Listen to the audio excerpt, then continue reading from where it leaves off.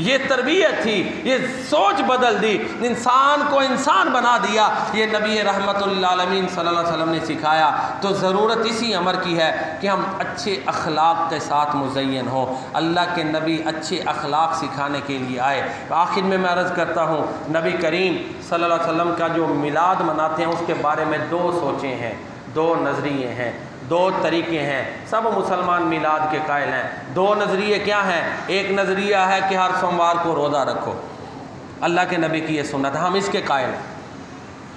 और जो हालात बने पड़े हैं ना, आप कभी सुन्नत पे गौर करें, क्योंकि नबी सल्लल्लाहु अलैहि वसल्लम की सुन्नत में हिकमतें हैं।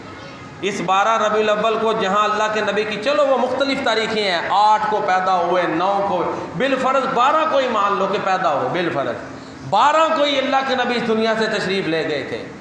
तो 12 रबीउल अव्वल को, इसी 12 रबीउल अव्वल को जो सहाबा किराम पे गुजरी ना, वो आप नातों के बाब में एक पूरा चैप्टर है, फसल बंदी हुई है सहाबा किराम के नातिया कलाम में, कि जब अल्लाह के नबी इस दुनिया को छोड़ के गए, सहाबा किराम ने जो उस वक़्त नाते कहीं आप पढ़ लें, अगर आपके आंसू थम जाए तो मुझे आके कहना, वो यही दिन था वो भी।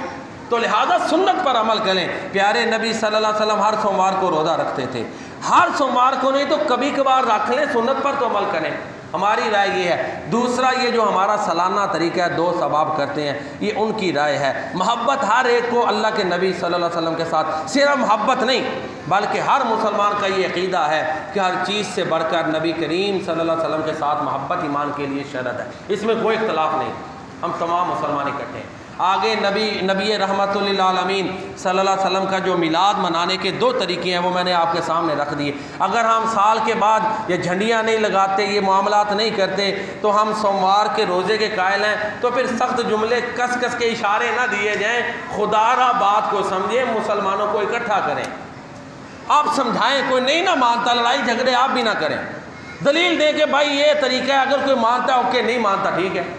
ज़बरदस्ती इम्प्लीमेंट करवाना किसी के ज़िम्मे नहीं है। तो जो अब सैलाबी कैफियत है, दुनिया की जो कसम पुरसी वाली हालत है, आप ख़ुद फैसला कर लें कौन सा तरीका बेहतर है। कुछ पैसे इकट्ठे करें उनको जिनके मकान गिर गए, जो बेचारे, हम तो ये चंद दिन बारिश रही है ना, पिछले दिन मुसलसल आप देखें, लोग तकलीफ़ महसूस कर रहे थे, है कि नहीं, ज़िंदगी मुश्किल बन रही थी, सिर्फ बारिश है तो जिनके मकान गिर गए हैं, नीचे सैलाब है, ना बिजली है, ना कोई ज़रूरियात ज़िंदगी के लिए इंतज़ाम है, जानवर उनके चले गए, सारा रोज़गार चला गया।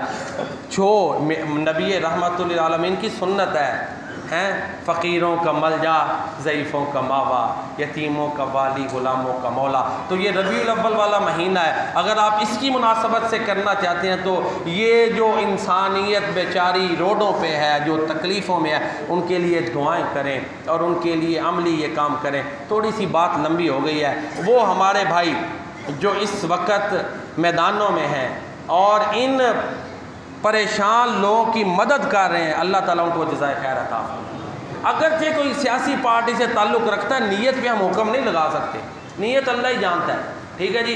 हर एक की नीयत पे हुक्म लगाना हम जिम्मेदार ही नहीं है कि जी ये वोटों के लिए कर रहा है, फलां के लिए कर रहा है। अगर वो दावा कर रहा है जी मैं अल्लाह के लिए कर रहा हूँ तो छोड़ दें, ठीक है ना, क्योंकि हमारी मजहबी तंजीमें भी ऐसा कर रही हैं। तो वो लोग जो बेलौस होकर ये परेशान लोगों की खिदमतें कर रहे हैं, अल्लाह ताला उनके इस अमल को कबूल फरमाए। अगर उनमें कमी बेशी है तो अल्लाह मुआफ़ फरमाए। उनके लिए भी तो दुआ करनी चाहिए कि नहीं, कि ज़रूर फतवे ही लगाएं, फतवे नहीं, दुआ भी, हमदर्दी भी करनी चाहिए हमें। तो बाकी जो हमारे भाई परेशान हैं, अल्लाह ताला उनकी परेशानियां दूर फरमाए और हमें अल्लाह ताला ने बचाया हुआ है, हमें अल्लाह का शुक्र अदा करना चाहिए और उनके लिए दुआओं में या माली जिस कदर भी हो उसके ताउन में याद रखना चाहिए। जो मैंने बयान किया आपने सुना, अल्लाह ताला अपनी बारगाह में कबूल फरमाए। हम अलैना इल्लल बलाग।